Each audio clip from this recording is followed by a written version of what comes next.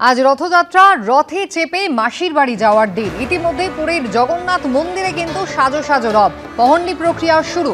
সরাসরি আপনাদের নিয়ে যাব আমাদের প্রতিনিধি পুরী থেকে অর্ণব মুখোপাধ্যায় রয়েছেন আমাদের সঙ্গে। অর্ণব, পহণ্ডি শুরু। দেখো, পহণ্ডি প্রক্রিয়া শুরু হয়ে যাবে। একটু আগেই আমরা দেখেছি যে এখানে কিরকম হয়।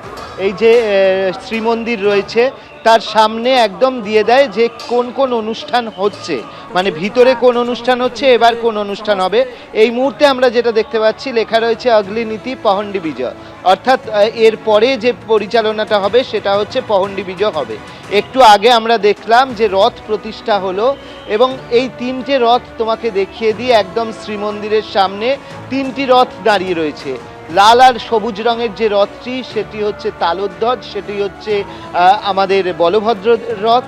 তার পাশে হচ্ছে লাল এবং কালো দিয়ে যে রথটি সেটি হচ্ছে দর্পদলন বা সেটি হচ্ছে পদ্মধ্বজ, সেটি হচ্ছে দেবী সুভদ্রার রথ। এবং তারপরে হচ্ছে লাল আর হলুদ রঙের যেটা হচ্ছে নন্দী ঘোষ বা গরুর ধ্বজ সেটাকে বলা হয়, অর্থাৎ জগন্নাথ দেবের রথ। এবং যখন পহণ্ডি হবে, একটু বাদে পহণ্ডি শুরু হবে, বৈশী পহচা হবে। বৈশী পহচা হচ্ছে সিঁড়ি বেয়ে যে নামানো হয় সেটা বৈশী পহচা, এবং তারপর পহণ্ডি, অর্থাৎ পহণ্ডি বিজয় হচ্ছে শোভাযাত্রাটা। সেই পহণ্ডি বিজয় হবে এবং সেই পহণ্ডি বিজয় হওয়ার জন্য ইতিমধ্যেই প্রস্তুত হয়ে রয়েছে। প্রচুর নিরাপত্তার আয়োজন করা হয়েছে এখানে। এনএসজি যেরকম রয়েছে, ড্রোন রয়েছে, সমস্ত কিছু। তবে বারবার যেটা বলি, এবছর পুরীর আবহাওয়া প্রচণ্ড বৃষ্টি হচ্ছে। গতকাল রাতে যা বৃষ্টি হয়েছে, আজ সকালে যা বৃষ্টি হয়েছে, সমুদ্রের ধারের রাস্তায় প্রায় জল থই থই অবস্থা ছিল। কিন্তু এই পহণ্ডির আগে থেকে দেখা যাচ্ছে সেই বেগ একটু হলেও কমেছে, এবং এখানে তোমাকে দেখাবো, আমাদের চিত্রগ্রাহক প্রতিনিধি ভগবান শাহকে দেখাতে বলবো যে এখানে প্রচুর মানুষ ইতিমধ্যেই আসতে শুরু করেছেন এবং যারা দৈতাপতিরা রয়েছেন সেই দৈতাপতিরাও রয়েছেন। এখানে কিছুক্ষণ বাদেই এই যে পহণ্ডি সেটা শুরু হবে।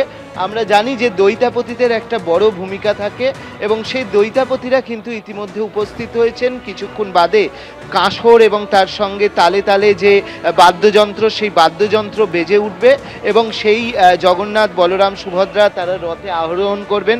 প্রথমে আসবেন সুদর্শন এবং তারপর একে একে তিনটি বিগ্রহ, সবার শেষে আসবেন জগন্নাথ দেব, তিনি আসবেন।